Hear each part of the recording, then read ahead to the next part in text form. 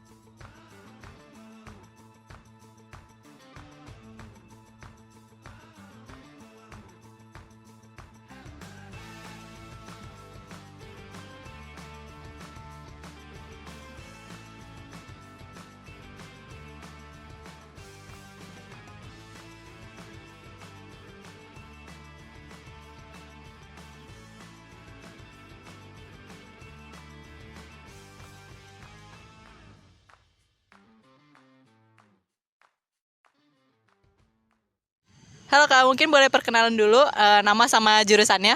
Halo, nama aku Nina, aku dari Wirus 23. Apa yang menurut Kakak paling berkesan tentang akademik di ITB? Menurut aku yang paling berkesan itu selama pembelajaran nih di tahun aku yang ketiga ini, dari dosen-dosennya itu membebaskan kami untuk eksplorasi jadi kayak, dan kami tuh nggak terbatas di bisnis aja nih, kami kan dari SBM, aku dari SBM, jadi nggak terbatas di bisnis aja. Dan dengan titel ITB yang teknologi itu, kami juga masih nge-explore teknologi yang ada di saat ini dan bisa di-combine dengan bisnis-bisnisnya gitu. Oke, halo Kak, sebelumnya kita kenalan dulu ya. Namanya siapa dan dari jurusan apa? Oke, halo, nama aku Alivia, aku bisa dipanggil Livi, aku dari jurusan Manajemen Angkatan 26. Oke, kita langsung masuk ke pertanyaannya ya. Yang pertama, apa yang menurut Kakak berkesan selama berkehidupan di akademik di Institut Teknologi Bandung ini?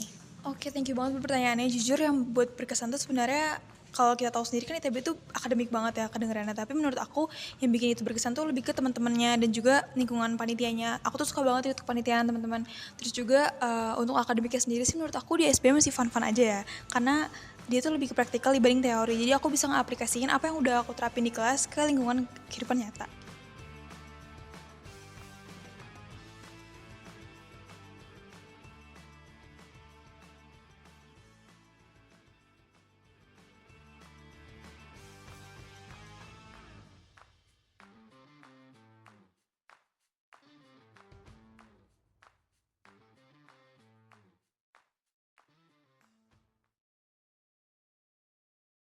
Tapi di balik semangat membara itu, terdapat perjuangan yang jarang terlihat.